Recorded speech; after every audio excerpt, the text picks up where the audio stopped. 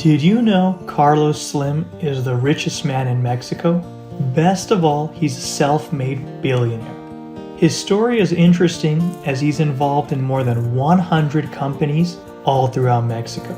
And he chooses to live a very frugal lifestyle, which is a shock to many. Even though money is no issue for him, it is stated that for 40 years, he still lives in the same 6-bedroom house and he's not planning to move out.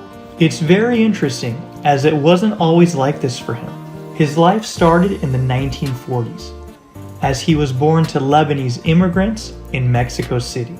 And thanks to his intellectual father, he was taught how to read financial documents and invest at such a young age. His father was actually the main motivator to Carlos's rise in the business world, as he was a very prosperous person in both retail and owning real estate.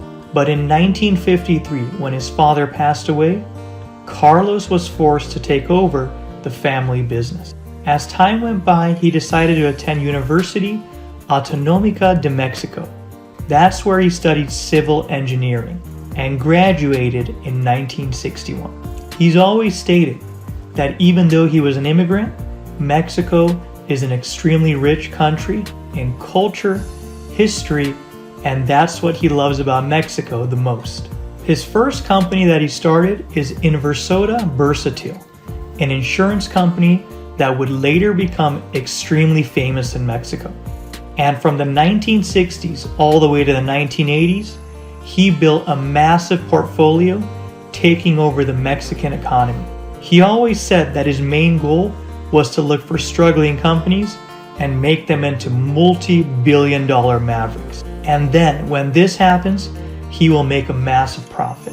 Sounds like a beautiful business plan to me.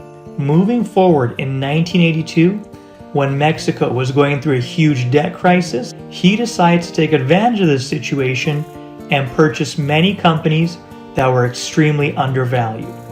Just like Warren Buffett's stock portfolio tactic. This was one of the eras in his career that gave him a massive boost as he purchased mega companies for pennies on the dollar.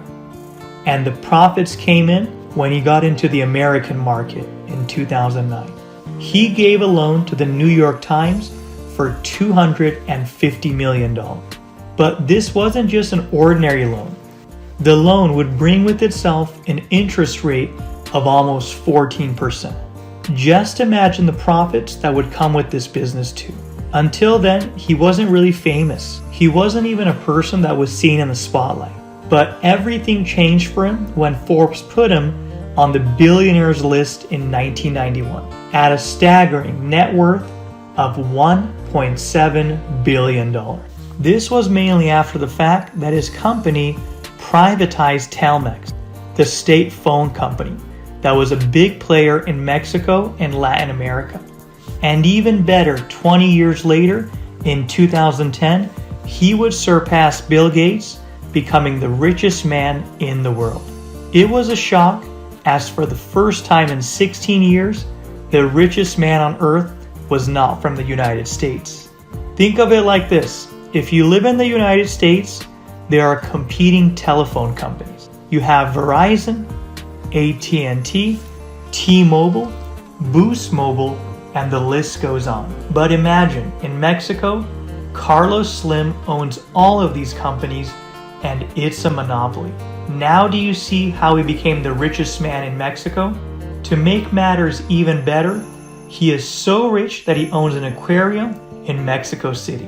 The aquarium is so large, it occupies 11,500 square feet in Mexico and contains a total of 5,000 marine animals and costing $9.25 million to build, as it holds 1.6 million gallons of water in the fish tank. Have you ever heard of the company Sears?